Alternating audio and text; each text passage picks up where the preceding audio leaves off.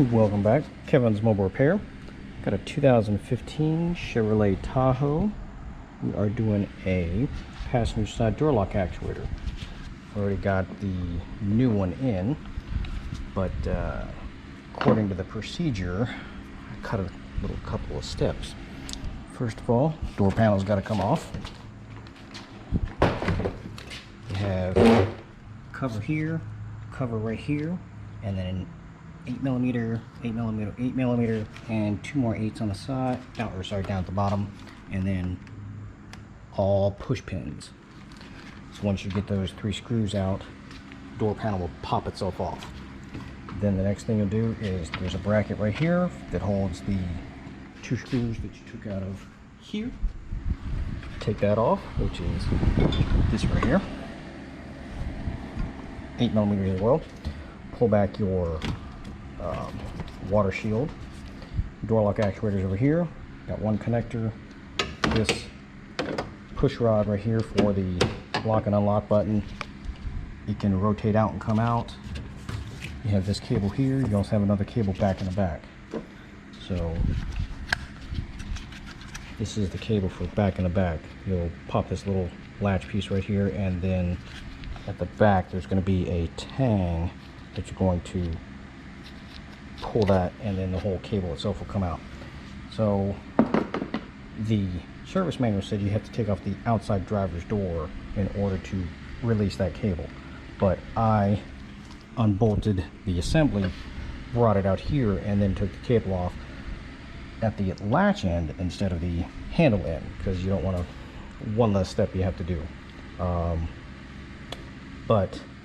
So getting to this part right here, in order to get to this latch out, raise the window up all the way.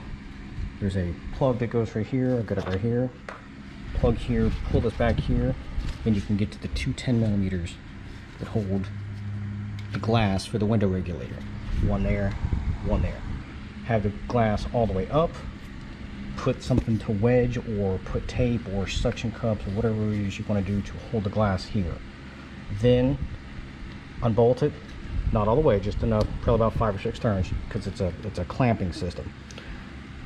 Plug your door panel back up, turn the car on, lower the window regulator down about halfway. It doesn't really matter. 10mm here, 10mm here. Then you'll get this for the window regulator, pop it out, move it out of the way. Then there's a channel run, 10 here, 10 here. That channel run will come out all the way. It's not attached to anything. All it's designed to do is just make sure this glass goes up and down in the right position. So 10 here, 10 here, that will come out. You have a 10 here, and 1, 2, 3, I believe they're 5s. What size is that? Yeah, I believe that's a, oh, no. What size is it? 4mm Allen head. We'll take off the 3 studs for that. Once that's done, disconnect your connector right here. See, it just comes out. Then this whole actuator assembly can come out here. Then you can transfer your 2 cables over to your new one. They're just little clips. They clip on and off. Like I said, it's easier to do it out over here than it is to take off the outside door handle.